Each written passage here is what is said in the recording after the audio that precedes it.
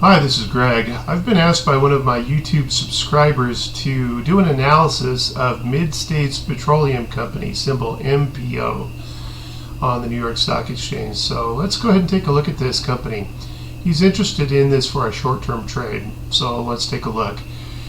This company is based in Houston, Texas. They're in the oil and gas industry. They have 93 employees.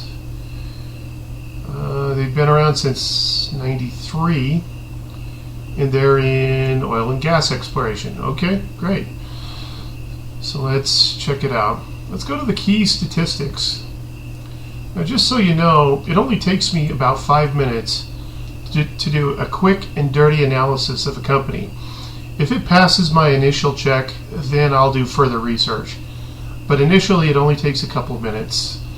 That's all you really need to know if you even want to go any further. So let's look at this company. MPO has a market cap intraday of 306 million. Okay, not very big. Has a forward PE ratio of just 12. That's pretty low.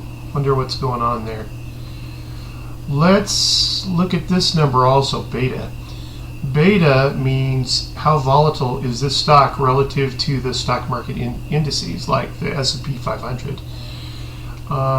This is pretty volatile. It says 1.9. That's almost twice as much, almost twice as volatile as the average stock market index. So I'd be careful with that. Could you get a lot of bang for your buck?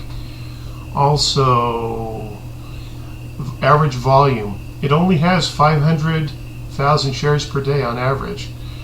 It's been more than that lately, but the 3-month average is 500,000 per day. So that's pretty low. I would never want to go below 500,000 shares traded per day. So this is definitely in the more volatile side of things for stocks. Let's look at the income statement and then the stock chart. We saw that this stock has been around since, or this company's been around since '93, but obviously the stock only has been around for a couple of years. They only went public a couple of years ago because we only have 2 years of data, so that's what I'm guessing has happened. Excuse me. Now, let's look at revenue. In 2011, they had 209 million, went up in 2012 to 247 million, so that's a pretty good increase in revenue. That's good. Now let's look at profits. In 2011, they had a small profit of 16 million. In 2012, they had a big loss of $156 million. What is going on? Are they spending a lot of money on exploration for oil? Let's see if we can find it in the expenses here. Well, they had an income, an operating profit before expenses of 20 million, which was a slightly higher than the year before of 18 million. So the numbers have to be down here somewhere. Now these expenses are all a little bit higher, except for that one. They're all about the same. The big number that causes this to be so low is income tax expenses. They must have some sort of carry forward income tax that they owed. So they put it all on this year, 2012. Without that number of 157 million in income taxes, this number would be about a $1 million gain, if I'm adding this up correctly. So it's still going the wrong direction, but it's not nearly as bad as it looks. I'm hoping that's a one-time drop in taxes, so that their profits are bad just for this 1 year. And this won't happen on an ongoing basis, but I don't really know the answer to that. In any event, let's take a look at what the chart is doing. These financial numbers are not going in the right direction. What's the chart doing? Go over to the interactive chart, is the one I like to use.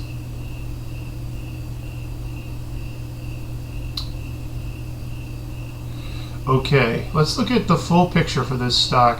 This is a 2-year chart. 2 years ago, you could have bought this stock at 16, and today you could have sold it at 450.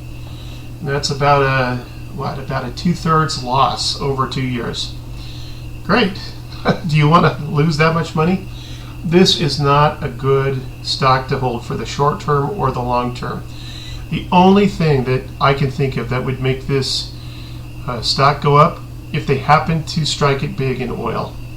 And you never know if that's going to happen. Who knows? I don't know if they're going to strike oil. Maybe God only knows if this company is ever going to strike oil. So this stock could go all the way to zero. You could lose all your money on a stock like this.